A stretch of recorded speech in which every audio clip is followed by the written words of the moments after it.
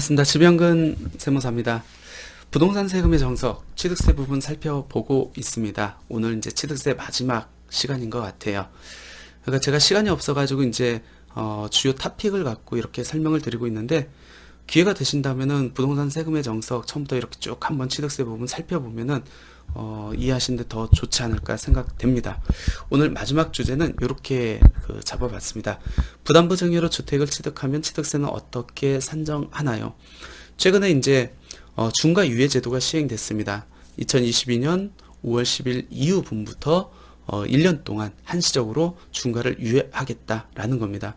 그러다 보니까 물론 매도를 해도 되지만 주기가 매도하기는 너무 아까운 거예요. 그렇다면은 이거를 이제 자녀한테 증여하는 분들이 많이 있을 거고, 그동안 자녀한테 증여한다고 했었을 때는 부담부 증여를 이용하면은 세부담을 많이 경감시키기 때문에 부담부 증여를 이용하려고 했는데, 이 양도세 부분이 발생하는 채무 부분이 있기 때문에 그 채무 부분에 대해서 중과가 적용되면은 부담부 증여에 실익이 없었거든요. 근데 양도소득세가 1년간 중과 유예가 시행됨으로 인해 가지고 증여하려고 하는 분들이 요즘 부담부 증여에 많은 관심을 갖고 있습니다. 왜? 단순 증여보다는 부담부 증여가 훨씬 세부담이 유리하기 때문에 그렇습니다.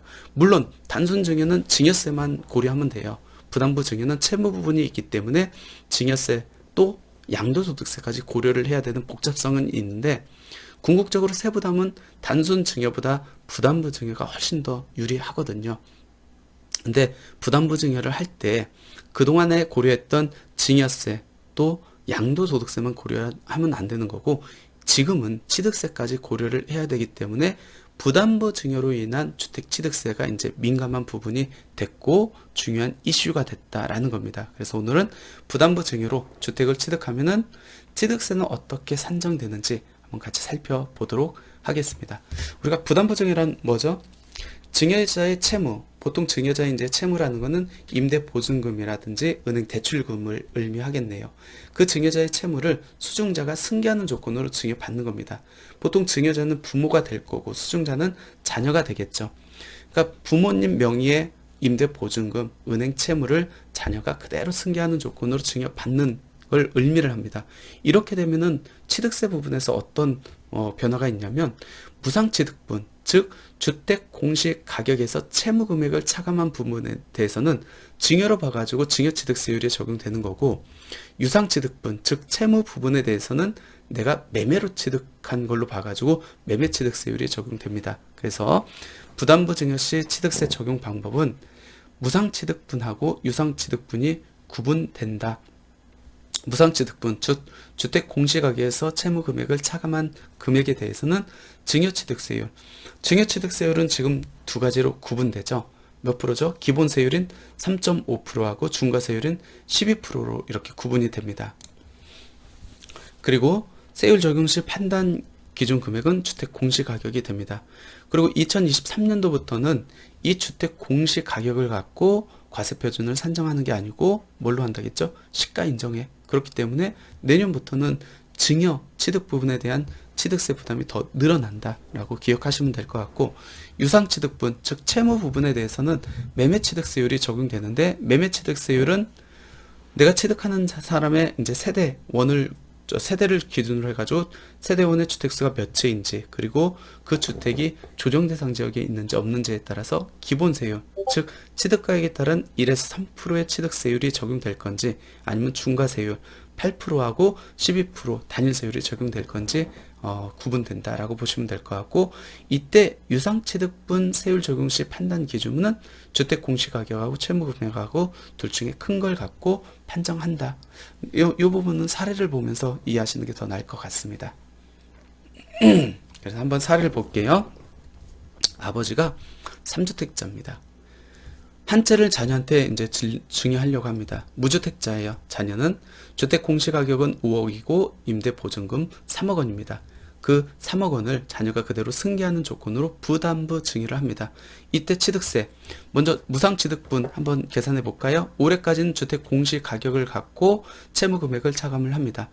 주택 공시가격 5억 원이고 임대보증금 3억 원이기 때문에 자녀 입장에서는 2억을 증여받는 결과가 되겠네요. 이 2억 원에 대해서 취득세를 적용해야겠죠. 근데 이 2억 원은 무상취득분이기 때문에 증여취득세율이 적용됩니다. 그럼 증여취득세율이 기본세율 3.5%가 적용될 건지 중과세율 12%가 적용될 건지는 첫 번째, 주택 공시가격 증여하고자 하는 주택이 조정대상지역에 있는지, 그리고 그 주택 공시가격이 3억 원이 넘는지 판정해야겠죠. 조정대상지역에 있고 주택 공시가격이 3억 원이 넘네요. 내가 무상취득으로 받는 부분 2억 원인데 이 2억 원을 갖고 3억 원 충족 여부를 판정하는 건 아닙니까? 그건 아니고 전체 주택 공시가격을 갖고 판정을 하는 게 맞습니다. 그럼 전체 주택 공시가격이 5억 원이기 때문에 3억 원을 넘네요. 그러면은 자녀가 무주택자라 할지라도 증여한 사람이 1세대 1주택자가 아니기 때문에 12%의 중과세율이 적용받습니다. 따라서 무상취득분에 대한 취득세는 2,400만 원으로 보시면 될 것 같고, 이제 유상취득분, 채무 부분이죠. 3억 원에 대해서 취득세율 적용합니다. 취득하는 사람 입장에서 무주택자예요. 그러면 조정대상 지역의 첫 번째 주택을 취득한 결과가 되겠네요. 그럼 몇 프로죠? 1%. 주택 전체 공시가격 자체가 6억 원이기 때문에 1%가 적용된다는 겁니다. 그럼 유상취득분에 대한 취득세율 300만 원 이렇게 보시면 될 것 같습니다. 그럼 똑같은 케이스에서 이번엔 자녀가 다주택자에 해당한다. 이미 주택을 두 채 갖고 있는 상태에서 이번에 이제 부담부로 세 번째 주택을 취득한다라고 했었을 때 무상취득분은 달라질 게 없겠죠. 주택 공시가격에서 채무금액을 차감한 2억 원에 대해서 조정대상 지역에 있고 주택 공시가격이 3억 원이고 아버지가 1세대 1주택자가 아니기 때문에 12% 그대로 동일하게 적용됩니다. 유상취득분 뭐가 달라지는지 볼게요. 아까 과세표준 금액, 즉 채무금액 3억 원 그대로 오는데 세율이 달라지죠. 왜? 조금 전에는 무주택자였는데 이번에는 내가 2주택자를 갖고 있습니다. 주택을 두 채 갖고 있는 상황에서 세 번째 조정대상 지역에 있는 주택을 취득한 결과이기 때문에 세율이 몇 프로가 되죠? 12%가 적용된다는 거죠. 중과세율이 적용됩니다. 그러면 취득세 부분이 3,600만 원이 적용된다는 겁니다. 그러니까 예전에는 부담부 증여를 했었을 때 단순하게 받는 사람 입장에서 증여세 얼마냐, 또 주는 사람 입장에서 양도세 얼마냐, 그것만을 고려했는데 지금은 취득세까지 고려를 해야 된다는 겁니다. 즉 무주택자인지 유주택자인지 증여하려고 하는 주택이 조정대상 지역이 없는지에 따라서 취득세가 굉장히 많이 차이가 날 수 있다는 겁니다. 아까 자녀 같은 경우에 무주택자 300만 원이었는데 유주택자였다? 그러면 3,600만 원, 12배 차이까지 발생할 수 있기 때문에 반드시 부담부 증여할 때 취득세 부분까지 같이 고려를 해라 라는 겁니다. 이번에 또 다른 케이스 한번 볼까요? 이거는 이제 유상취득분에 대한 취득세율을 산정할 때 어떤 걸 기준으로 해서 세율을 산정해야 되는지 보기 위해서 만들어 놓은 사례입니다. 볼게요. 주택 공시가격 10억 원입니다. 임대보증금이 6억 원이에요. 아버지는 3주택자이고 3주택 모두 조정대상 지역에 있습니다. 이 중에 하나를 무주택자인 자녀한테 부담부 증여를 하려고 합니다. 먼저 무상취득분 볼게요. 주택 공시가격, 올해까지는 주택 공시가격이고 내년부터는 시가를 준용한다. 주택 공시가격에서 채무금액을 차감한 4억 원에 대해선 증여취득세율이 적용되는데 증여하려고 하는 주택이 조정대상 지역에 있고 주택 공시가격 3억 원 넘고 아버지가 1세대 1주택자에 해당하지 않기 때문에 12%의 중과취득세율이 적용됩니다. 그래서 세율은 어떻게 되죠? 여기 잘못됐네요. 2,400만 원이 아니고 4,800만 원이 적용됩니다. 요거는 4,800만 원으로 고쳐주시면 될 것 같고요. 유상취득분 한번 보겠습니다. 임대보증금 채무 금액을 갖고 세율을 적용해야 되는데 단순하게 채무 금액 6억 원을 갖고 보면은 6억 원 이하기 때문에 1%만 적용된다고 생각할 수 있잖아요. 근데 무주택자가 내야 되는 유상취득분에 대한 세율 적용 기준은 뭐냐면 주택 공시가격하고 채무금액 중 큰 금액으로 판정을 합니다. 그러면 주택 공시가격이 10억 원이기 때문에 세율이 9억 원 초과되는 유상취득세율 몇 프로죠? 3%가 적용된다는 겁니다. 내가 채무 부분이 6억 원이기 때문에 1%의 취득세율이 적용된다라고 생각하시면 안 되는 거고 주택 공시가격과 채무 중에서 큰 금액을 갖고 취득세율을 판정해야 된다. 주택 공시가격이 10억 원이기 때문에 9억 원 초과되기 때문에 3%의 취득세율이 적용된다. 이 부분 놓치시면 안 될 것 같습니다. 이번에는 채무가 큰 경우, 많이 있는 사례는 아닌데 가끔씩 있어요. 왜? 주택 공시가격은 3억 원인데 임대보증금이 5억 원일 수 있잖아요. 그런 경우에는 무상취득분이 있어요, 없어요? 없죠. 그런 경우에는 전체 다를 유상취득분으로 산정하는데, 유상취득분의 과세표준이 3억 원이 되는 게 아니고 임대보증금 5억 원을 기준으로 해서 취득세율을 적용한다는 겁니다. 자녀 입장에서 무주택자이면은 기본세율이 적용되죠. 6억 원 이하기 때문에 1%의 취득세율이 적용돼 가지고 500만 원을 내야 된다. 결론적으로 이 케이스를 통해서 전달하고자 하는 내용은, 주택 공시가격보다 채무 금액이 더 큰 경우에는 채무 금액 전체를 유상취득분으로 봐 매매에 대한 취득세율이 적용된다. 똑같은 케이스인데 어떤 상황만 바뀌었냐면, 자녀가 이미 주택을 두 채 가지고 있고 이번에 세 번째 주택을 취득한다라고 했었을 때, 아까 채무 금액 5억 원은 달라질 게 없잖아요.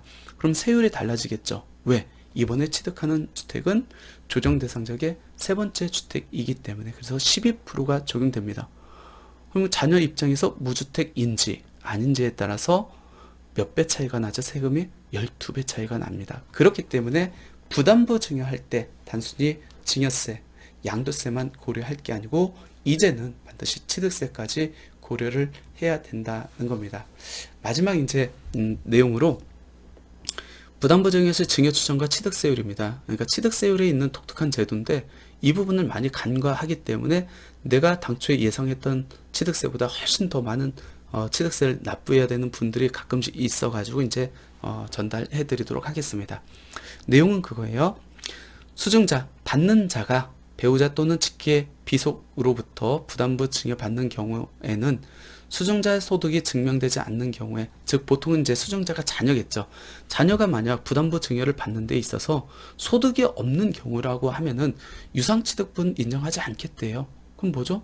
부동산 전체를 다 무상취득분으로 증여세를 과세하겠다. 그 증여에 대한 취득세율을 과세하겠다는 겁니다. 아까 부담부 증여할 때 자녀 입장에서 무주택이라고 하면은 유상취득분에 대해서 기본세율이 적용되기 때문에 취득세를 적게 낼 수 있는데, 자녀가 소득이 있으면은 그게 그대로 적용되는데 소득이 없다고 하면은 유상취득분 부담부 증여라고 하지만 유상취득분 인정하지 않고 전체를 다 무상으로 취득한 걸로 봐가지고 증여에 대한 취득세를 부과하겠다는 겁니다. 그러면 증여하려고 하는 주택이 조정 대상자에 있고 주택 공시가격이 3억 원 이상이고 증여하는 사람이 1세대 1주택자가 아니다 라고 하면 어떻게 되죠? 무조건 12%의 증여취득세율이 적용될 수 있다는 겁니다. 부담부 증여를 받았음에도 불구하고 자녀의 소득이 입증되지 않는다 하면은 유상취득분이 인정되지 않기 때문에 그렇다는 겁니다. 결론적으로 부담부 증여할 때 취득세를 고려할 때는 증여받는 자, 즉 자녀의 소득이 입증이 되는지 안 되는지 여부까지 판정을 해야 된다. 입증이 안 된다 하면은 아무리 부담부 증여를 받는다 할지라도 유상취득분, 자녀 입장에서 무주택자로서의 취득세율이 적용될 여지가 없다라고 이렇게 보시면 될 것 같아요. 그리고 마지막으로 기억해 둬야 될 게 2023년도부터 주택 증여 시 주택 공시가격이 아닌 시가 인정액을 과세표준으로 취득세율이 적용되기 때문에 웬만하면은 증여를 할 거면은 또는 부담부 증여를 할 거면은 오래 하는 게 취득세 부분에서는 유리하다라고 보시면 될 것 같습니다. 예, 여기까지 해가지고 부동산 세금의 정석 취득세 부분 살펴봤습니다. 처음부터 쭉 모든 내용을 이렇게 살펴볼 수는 없어가지고 총 8가지 토픽을 갖고 이렇게 살펴봤는데, 그게 이제 핵심 내용이고 시간이 되시는 분들은 반드시 취득세 정석 내용을 한 번 더 읽어보시면은 그동안 강의한 내용하고 더 덧붙여가지고 더 많은 정보를 얻을 수 있지 않을까 생각됩니다. 예, 오늘 강의는 여기서 마치도록 하겠습니다. 감사합니다.